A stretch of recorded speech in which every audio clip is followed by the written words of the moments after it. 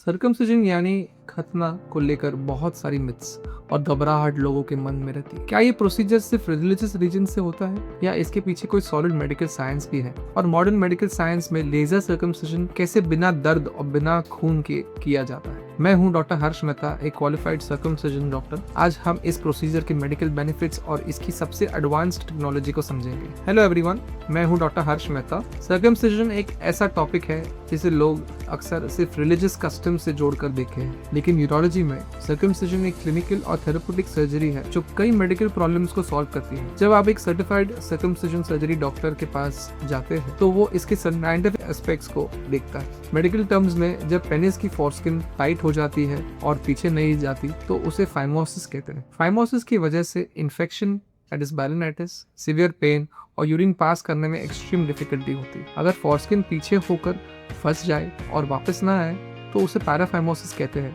जो एक medical emergency है। इन सभी कंडीशंस का परमानेंट और स्टैंडर्ड रेजोल्यूशन है सर्कमसिजन सर्जरी। पुराने जमाने में कन्वेंशनल मेथड से कटिंग और स्टिचिंग होती थी, जिसमें काफी ब्लीडिंग और दर्द होता था। लेकिन आज के एडवांस्ड एरा में हमारे पास दो सबसे बेस्ट टेक्निक्स है, ZSR स्टेपलर और लेजर सर्कमसिजन। ZSR स्टेपलर एक डिस्पोजेबल डिवाइस है जो एक ही सेकंड में प्रिसिजन कटिंग और ऑटोमेटिक स्टेपलिंग कर देता है। इसमें सिलिकॉन रिंग लगती है जो 7 से 10 दिन में खुद ही जड़ जाती है और स्टिचेस निकालने का कोई झंझट नहीं होता। लेजर टेक्निक में लेजर एनर्जी का यूज किया जाता है, जिससे कटिंग के साथ ही ब्लड वेसल्स सील हो जाते हैं। इसका मतलब है जीरो ब्लड लॉस और पोस्ट ऑपरेटिव स्वेलिंग बहुत ही कम होती है। ये प्रोसीजर लोकल एनेस्थीसिया में किया जाता है और इसमें मुश्किल से 10 से 15 मिनट लगते हैं।